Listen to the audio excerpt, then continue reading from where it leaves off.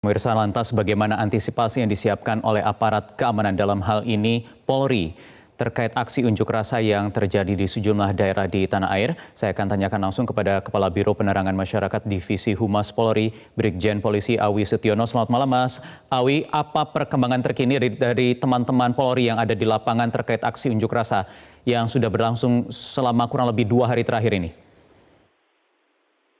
Selamat malam, Mas Wahyu. Assalamualaikum warahmatullahi wabarakatuh. Waalaikumsalam warahmatullahi.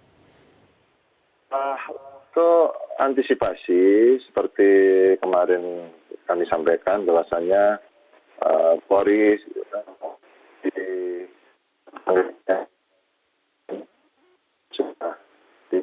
dipimpin oleh pimpinan untuk melakukan penggalangan agar tidak melaksanakan demo. Pun kalau melaksanakan demo ya sesuai dengan protokol kesehatan. Tapi kenyataannya ya kita lihat sendiri hari ini tidak dipatuhi. Kemudian yang kedua, Polri juga sudah mengantisipasi terkait dengan titik-titik kerawanan dan tempat-tempat demo yang diperkirakan akan mengerahkan massa yang cukup besar. Sehingga mulai kemarin telah didorong beberapa Brimob Nusantara dari wilayah Sumatera, kemudian wilayah Kalimantan untuk diperbantukan ke Polda Metro Jaya dan Polda Jabar. Jadi ada sekitar 2.500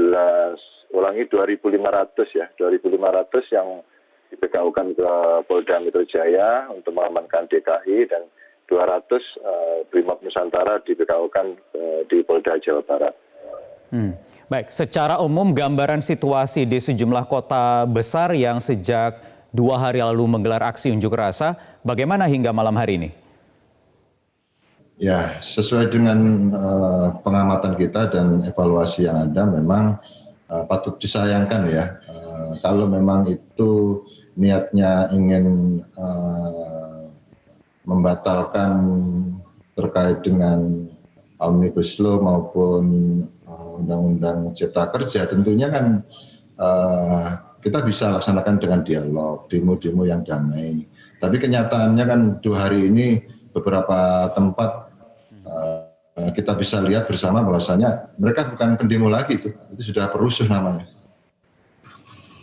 Ya, Mas Awi, kalau kita lihat dari gambar-gambar yang kita saksikan dari teman-teman media, terutama juga televisi, sejak pagi tadi paling tidak. Aksi unjuk rasa ini kan tidak hanya dihadiri oleh teman-teman dari buruh, massa buruh, atau mahasiswa, tetapi juga sudah campur. Bahkan juga tadi di Jakarta ada ratusan massa pelajar yang ditangkap. Apa sebenarnya yang terjadi? Siapa yang menggerakkan mereka, Mas Awi? Jadi memang yang patut kita sesalkan dari beberapa yang kita tangkap, misalnya 2 hari ini di Jakarta itu kemarin 200 orang, kebanyakan rata-rata pelajar STM, SMK, beberapa mahasiswa, ternyata mereka kelompok-kelompok anarko. Kemudian yang kedua hari ini 300 yang kita tangkap, kita amankan di Polda Metro Jaya, jadi sudah 2 hari ini kurang lebih sudah 500 kita amankan sama. Mereka turun di Gambir, turun di Jakarta Timur, kemudian di Tangerang, di Jakarta Pusat, di Pejombongan kita tangkepin. Ternyata mereka tidak tahu apa-apa setelah kita tanya testimoni, karena dia cuma mau membaca di media sosial, ajak-ajakan demo. Dan yang paling menyedihkan setelah kita lakukan rapid test, dari sekian orang yang kita tangkap, 27 reaktif dan sekarang kita sudah bawa ke Wisma Atlet. Oke, baik. Jadi ada pesan berantai begitu ya, baik di media sosial. Saya juga tadi ada informasinya dari teman-teman Metro TV di Ciracas. Itu ada pelajar yang tertangkap kemudian menunjukkan handphonenya ada pesan entah dari SMS atau WhatsApp yang mengajak mereka untuk turun ke jalan, untuk ke DPR untuk aksi ikut unjuk rasa. Siapa mereka? Sumbernya siapa yang mengirimkan pesan atau ajakan ini? Ya, ini yang tentunya Pak Wahyu kita perlu dalami, karena kita konsentrasinya saat ini masih pengamanan terkait dengan menghadapi para perusuh-perusuh ini. Tentunya nanti kita akan telusuri sampai di mana itu, sejauh mana itu, siapa yang menggerakkan siapa yang di belakang, bahkan mungkin penyandang dananya.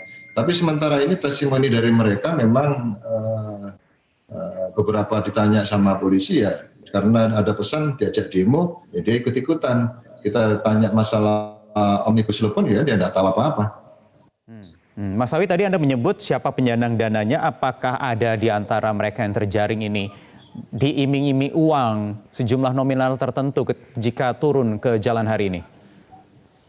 Tentunya itu tidak sesuatu yang bukan tidak mudah ya untuk kita ungkap. Tapi sementara ini masih belum ada pengakuan, masih ikut-ikutan saja. Baik, belum ada pengakuan. Kemudian kita bicara konsekuensi hukum dari massa yang melakukan aksi anarkistis dimanapun, baik di Jakarta maupun di kota-kota lainnya di tanah air. Konsekuensi hukumnya apa? Tentunya semua kembali ke pelanggaran yang dilakukan ya, karena memang kalau dibilang anarkis ini sudah jelas melakukan perusakan, itu sudah jelas diatur di dalam KUHP. Kemudian ada juga mereka ini kan tidak taat terhadap perintah-perintah dari petugas yang resmi ya, sesuai dengan undang-undang. Polri sudah bisa memerintahkan untuk membubarkan diri, namun dia tidak taati. Itu bisa kita kenakan 212, 216, 218 di KUHP itu diatur. Dan kemarin kami sudah juga sampaikan bahwasanya untuk masa pandemi ini mereka juga kita bisa kenakan terkait dengan pasal 93 Undang-Undang Nomor 6 Tahun 2018 terkait dengan kekarantinaan kesehatan. Oke. Baik, bisa dikenakan juga Undang-Undang Karantina Kesehatan ya. Terakhir, Mas Awi, ada aksi anarkistis di sejumlah daerah di Jakarta, juga tadi ada pos polisi yang saya lupa di kawasan Harmoni kalau tidak salah yang juga dibakar. Apakah ya, Harmoni, sudah ada? Iya, Harmoni. Apakah sudah ditangkap pelakunya? Siapa mereka kalau sudah tertangkap? Sementara ini kita masih proses pengamanan. Kita juga dalam teknik pengamanan demo kita juga tidak begitu saja langsung bisa menangkap karena memang ini kerumunan massa. Jadi tentunya kita menggunakan scientific crime investigation.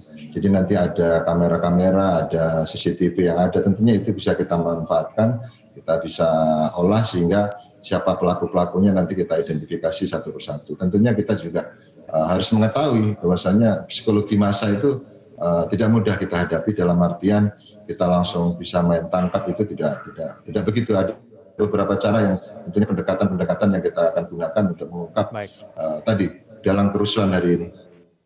Baik, terima kasih Kepala Biro Penerangan Masyarakat Polri Brigjen Polisi Awi Setiono atas waktunya di Prime Time News.